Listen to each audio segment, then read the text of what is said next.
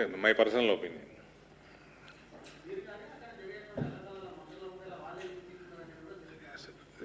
నేను ఆ రిపోర్ట్ ఏదో ఆఫ్ ద రికార్డ్ అని ఒక ఛానల్ చూపించింది. అది ఇప్పుడు లేనట్టున్నది కదా, యూట్యూబ్లో దొరుకుతుంది. అది నేను చూడలేదు, కానీ దాని జిస్ట్ ఆఫ్ దట్ తెలిసిపోయింది. Boss, your freedom ends where my nose begins. Please keep that in mind. ఇష్టం ఉన్నట్టు స్టోరీలు రాసేసుకోవటం ముమ్మాటికి తప్పే. వాళ్ళు కంప్లైంట్ ఇచ్చారు, ఎవరన్నా పోలీస్ కంప్లైంట్ ఇచ్చిరా? ఎవరు ఐఏఎస్ ఆఫీసర్ కంప్లైంట్ ఇచ్చిండ నిన్న? ఇచ్చిరా? ఇచ్చారు కదా, అసోసియేషనే ఇచ్చింది కంప్లైంట్. తీసుకుంటారు పోలీసు వాళ్ళు యాక్షన్. కంప్లైంట్ ఇస్తే యాక్షన్ తీసుకోరండి. మీరు first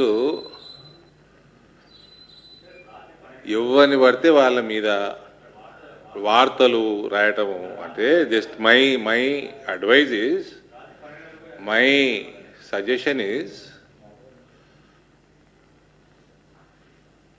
there is a saying, your freedom ends where my nose begins.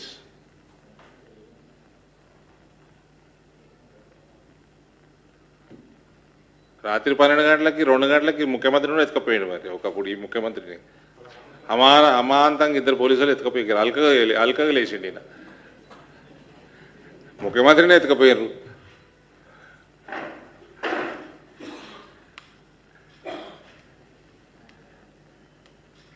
KCR కూడా అల్కగా లేస్తాడు. ఈ ముఖ్యమంత్రి ఎందుకు ఎత్తలేడు లోపల అని అడుగుతున్నా నేను. ఇప్పటికీ 20 సార్లు అడిగిన. అల్కగా లేస్తాడు కేసీఆర్.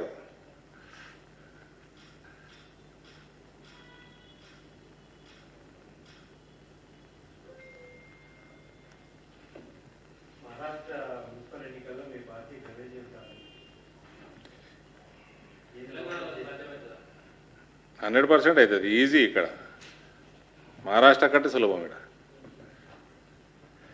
దేశం అంతా గెలుస్తున్నాం, మహారాష్ట్ర గెలుచుడు మాకు గెలుచుడు అలవాటు అయిపోయింది. కానీ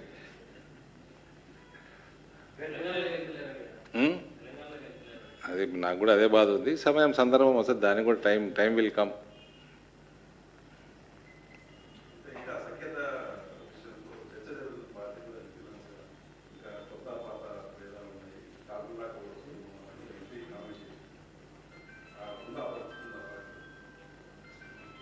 అంటే ఎంపీని ఓడిచిండ్రా? నేను కొత్తనా పాతనా? ఏం లేదండి. గ్రూపులు, ఒక అభిప్రాయ భేదాలు, ఇవన్నీ పార్టీలలో ఉంటాయి. These are all part and parcel of any political party. ఒకవేళ ఉన్నా కూడా అదేం పెద్ద తప్పు కాదు, అదేం పెద్ద నెగిటివ్ కాదు.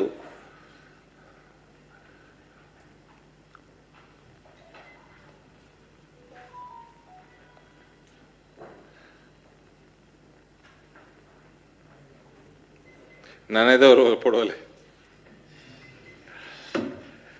ఇంకా. ఓకే.